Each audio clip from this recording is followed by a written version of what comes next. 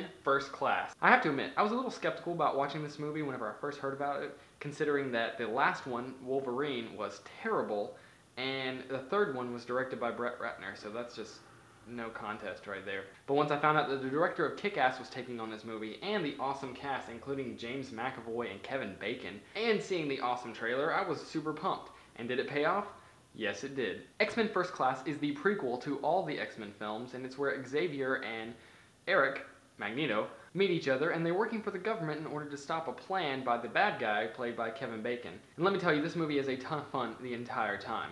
The acting really benefits this movie because otherwise you just couldn't take it seriously. It would be really silly. And Kevin Bacon as the bad guy is amazing because usually you just can't take Kevin Bacon seriously anymore. Not that he's a bad actor, it's just, I mean, it's Kevin Bacon. He does such a good job as whatever that guy's name, I can't remember his name, but such a good job. It's really amazing. As well as the British guy from Inglourious Basterds. I don't know his name either.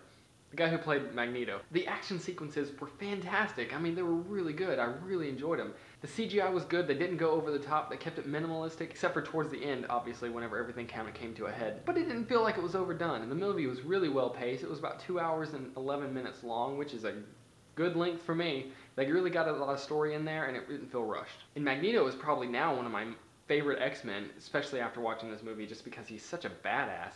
And another great thing about this movie is that it's not 3D. You can still have a good summer blockbuster that's big and full of CGI, and it doesn't have to be 3D. Hopefully they'll learn that. Now, as for what I didn't like about the movie, there were just small things. There's a character named Angel. She's a girl who has dragonfly wings, and unfortunately when she flies, it really is the worst CGI in the whole movie. It just really looks silly, like you're watching a sci-fi original movie with dragonfly people. It's just, that just was not, I did not like that one bit. I just kind of had to look away.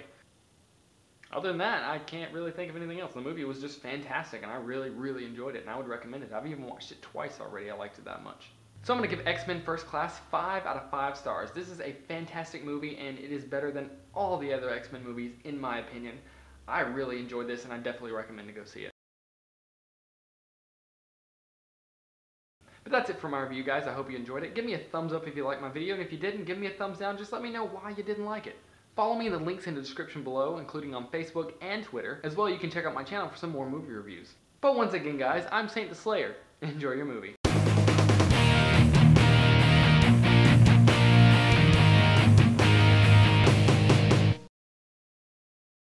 I've got to admit, I was a little skeptical about this movie when I first heard of it.